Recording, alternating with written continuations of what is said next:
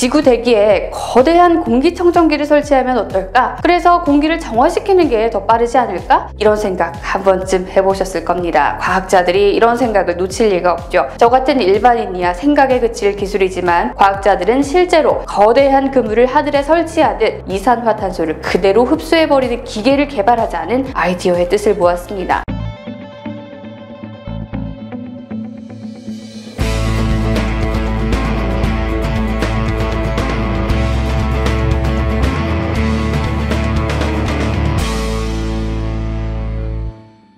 인간이 버리는 쓰레기, 뿜어내는 매연, 벌목하는 나무로 황폐화된 숲, 자연의 분노는 태풍으로, 폭우로, 허리케인으로 인간에게 돌아오고 있습니다. 올여름 대한민국을 강타한 이례적인 태풍도 사계절 내내 대한민국 상공을 떠돌고 있는 미세먼지도 모두 지구가 이미 우리에게 보내기 시작한 경고음입니다. 이렇게 된 가장 큰 원인은 이미 여러분도 잘 알고 계실 온실가스발 지구온난화입니다. 지구로 오는 태양에너지 중 약 34%는 구름이나 먼지 등에 의해 반사가 되죠. 지표면에는 빛 에너지의 44% 정도만 도달하는데 지구는 이렇게 도달한 태양에너지 중 일부를 적외선 형태로 방출합니다. 자, 문제는 이산화탄소, 메탄, 아산화질소, 수소불화탄소, 과불화탄소, 육불화학 같은 온실가스가 대기를 덮게 되면서 다시 방출되는 적외선 파장의 일부를 흡수해버린다는 겁니다. 온실가스 내 분자의 에너지는 점점 높아지고 안정적인 상태로 돌아가기 위해 방출하는 에너지가 지구를 뜨겁게 달구는 거죠. 그중 가장 문제가 되는 건 우리나라 기준으로 온실가스의 90%를 차지하고 있는 이산화탄소입니다. 과학자들은 이미 지구 종말의 시계가 마지막 1분에 가까웠다고 입을 모으고 있는데요. UN 기후변화에 관한 정부 간 협의체가 2018년 발표한 보고서는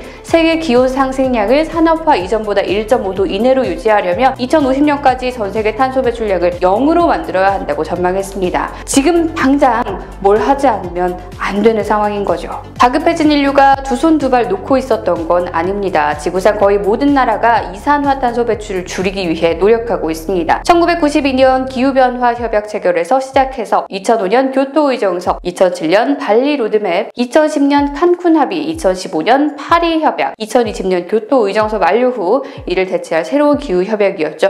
이렇게 숱한 회의를 통해 탄소를 절감하고 제로 탄소로 나아가기 위한 노력을 해왔습니다. 특히 파리 조약에서는 무려 196개 나라가 온실가스 감축을 이행하기로 약속을 했죠. 2020년부터 5년마다 자발적 온실가스 감축 목표를 제출하고 5년 주기로 이행 점검을 시행하며 선진국은 2025년까지 개도국의 기후 변화 사업을 위해 매년 1,000억 달러를 지원하기로 약속했죠. 하지만 이런 생각을 감출 수가 없습니다. 이제 와서 이산화탄소 배출을 줄인다고 지구가 우리를 용서해줄까? 뭔가 더 강력한 뭔가가 필요하지 않을까? 지구 대기에 거대한 공기청정기를 설치하면 어떨까? 그래서 공기를 정화시키는 게 더 빠르지 않을까? 이런 생각 한 번쯤 해보셨을 겁니다. 과학자들이 이런 생각을 놓칠 리가 없죠. 저 같은 일반인이야 생각에 그칠 기술이지만 과학자들은 실제로 거대한 그물을 하늘에 설치하듯 이산화탄소를 그대로 흡수해버리는 기계를 개발하자는 아이디어의 뜻을 모았습니다. 너무 바보 같은 생각 아니냐고요?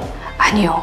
CCS라 불리는 이산화탄소 포집 및 활용 기술은 이미 활발히 연구되고 있습니다. 원리는 이렇습니다. 배출되는 이산화탄소를 분리해 잡아 모은 다음에 파이프라인이나 배를 통해 수송을 해서 격리를 하고 이걸로 다시 수소를 만들거나 다른 에너지를 만드는 데 재활용하는 겁니다. 자동차에서 만들어진 이산화탄소가 대기로 빠져나가기 전에 가둬서 분리해버리고 공장 굴뚝에서 매연이 빠져나가기 전에 붙잡아 분리하는 이 기술 가능만 하다면 우린 그냥 이산화탄소를 이렇게 내뿜으며 살아도 되는 거 아닌가요? 자, 이산화탄소를 직접 포집하면 나무 무려 4천만 그루가 흡수하는 양, 자동차 25만 대가 방출할 수 있는 이산화탄소를 1년 동안 흡수 저장할 수 있다고 하던데요. 거기다가 이산화탄소를 의약품으로 활용하거나 또 비닐하우스에 이산화탄소를 주입해서 작물 생산량을 증대시키는 방법, 이산화탄소 포집물을 시멘트로 대체해서 건설 소재에 사용하는 방법 등 재활용이 가능한 분야도 생각보다 많고요. 한국 연구진은 1톤의 이산화탄소로 380L의 휘발유를 생산하는 기술까지 개발해냈습니다. 그럴듯해 보이는 이 기술엔 빌 게이츠도 투자했습니다. 캐나다에 있는 환경기업 카본 엔지니어링은 실제로 이산화탄소를 재활용하는 기술을 만들고 있는데 이건 2009년 한 기후학자가 설립한 스타트업이고요. 바로 빌 게이츠가 이곳의 대표 투자자입니다. 빌 게이츠는 이 이산화탄소 포집 기술을 2019년에 세상을 뒤흔들 혁신 기술로 평가하기도 했죠. 스위스 취리히에 본사가 있는 클라이먹스, 뉴욕에 본사를 둔 글로벌 서머스텟 회사도 이산화탄소 이산화탄소 포집 기술을 경제적 가치와 연결시키고 있습니다. 미국 캔자스 지질조사국은요, 20년 넘게 이산화탄소를 지하 암석 근처에 주입해 안전하게 보관할 수 있는 방법을 연구해 왔습니다. 우리나라도 이미 이산화탄소 포집 플랜트를 운영하고 있다는 거 알고 계셨나요? 올 초에 3,000시간 연속 운전에 성공했다는 내용도 보도가 됐죠. 또 다른 영화 같은 방법은 지구로 들어오는 태양빛을 차단하거나 반사하는 방법입니다. 서울증권에 에어로졸을 주입해 태양 반사층을 만들겠다는 이 아이디어는 화산 폭발에서 얻었습니다.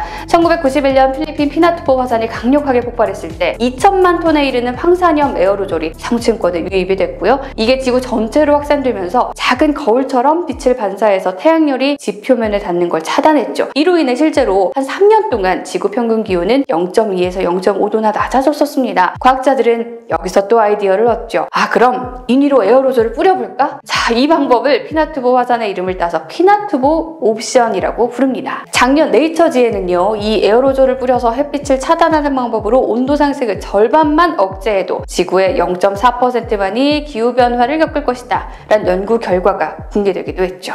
와, 이런 방법들이 있으니 이제 우리는 이 기술에 엄청난 투자를 하고 이산화탄소를 그대로 배출하면서 더 행복하게 살 수 있는 거 아닐까요? 점점 희망이 생깁니다. 하지만 그게 그렇게 쉬운 일은 아닙니다. 먼저 이산화탄소 포집에 걸림돌이 있습니다. 우선 지구 전체적으로 나오는 이산화탄소를 다 분리해서 저장을 하려면 사람들에게 피해를 끼치지 않을 만한 곳에 안전하게 보관해야 합니다. 자, 해양에 보관하면 해양 생태계 파괴 우려가 있고 그냥 땅에 보관하자니 사람들이 기피하는 것도 문제고 그만한 땅 찾기도 쉽지가 않죠. 여차저차 넣는다고 해도 한반도 같은 경우는 지진도 많이 발생하고 있는데 신부지층에 저장하는 기술의 안전성도 문제입니다. 돈과 에너지도 너무 많이 들죠. 연구팀은 2050년 목표치를 맞추기 위해 이러한 장치를 운영하려면 현재 전 세계 천연가스 소비량의 115%에 해당하는 에너지가 필요하다고 분석을 했습니다. 이산화탄소 저장 장치에 활용하는 물의 양도 상당한데요. 2050년까지 전 세계 전기 생산에 활용하는 물의 35%를 쓰는 걸로 나타났습니다. 이렇게 되면 조삼모사의 상황이 나타나는 거 아닐까요? 그럼 두 번째 옵션은요? 피나투보 옵션의 경우는 비 오는 패턴 그리고 날씨 순환을 변화시켜서 부작용을 일으킬 수 있습니다. 실제로 피나투보 화산이 분출한 이듬해에는 남아시아와 남아프리카의 강우량이 10에서 20% 줄었습니다. 피나투보 옵션은 기온을 낮춰서 빙하가 녹는 것을 막는 데 도움이 될지는 모르지만 대기 중 탄소량을 억제하는 효과가 전혀 없기도 합니다. 바다가 탄소를 흡수해 발생하는 해양 산성화를 막을 수도 없고요. 성층권에 에어로졸을 주입하는 방안을 일단 시작하면 중단하는 것이 거의 불가능합니다. 만에 하나 중단했다가는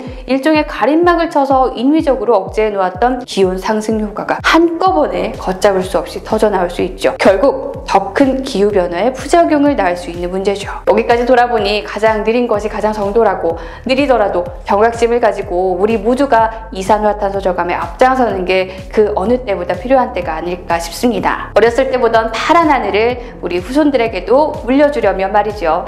자, 이 영상을 보신 여러분, 우리부터 이산화탄소 저감을 위해 더 노력해봤으면 좋겠네요. 테크 인사이드 첫 번째 시간은 지구 온난화를 막기 위한 여러 기술, 이산화탄소 포집 기술과 피나투보 옵션의 실체에 대해 알아봤습니다. 함께하고 싶은 주제가 있다면 언제든 댓글 남겨주시고요. 여러분의 의견도 많이 부탁드립니다. 그럼 저는 다음에 인사드릴게요.